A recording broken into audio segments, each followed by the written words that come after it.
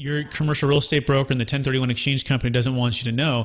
And it has to do with the 1031 exchange rule of equal or greater value, which typically means equal or greater debt. So you may sell your property for $1 million or $2 million or $3 million, and let's just say you had $1.5 million in debt on the property.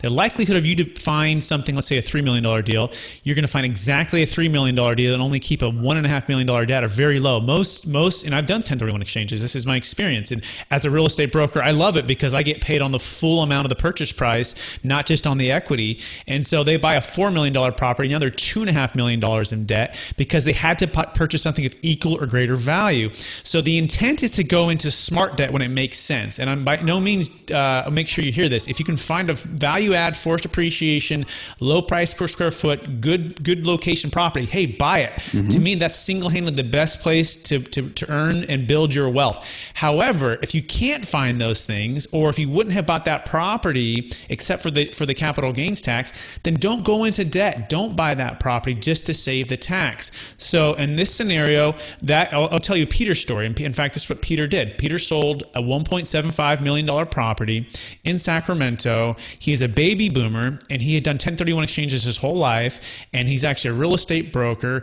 and he thought 1031 was the only way. He was introduced to the deferred sales trust, and basically he said, Brett, I didn't want to trade 18 problems. He had 18 units for 36 problems. I was tired of the toilets, the trash, the liability. I wanted to get out of debt.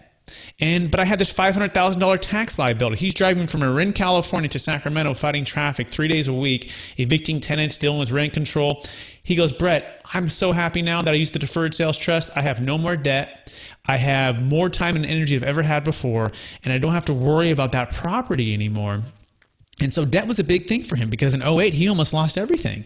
He was able to hold on and manage everything and scrape by and negotiate with banks, and he was able to hold on. But fast forward, he goes, I've seen a lot of writing on the wall for some similar things for values. He didn't think the market's going to crash or anything. So it wasn't out of fear that he said, oh no, but it was more so just in case. I don't want to be able to, I don't want any debt. I want to be able to sleep at night.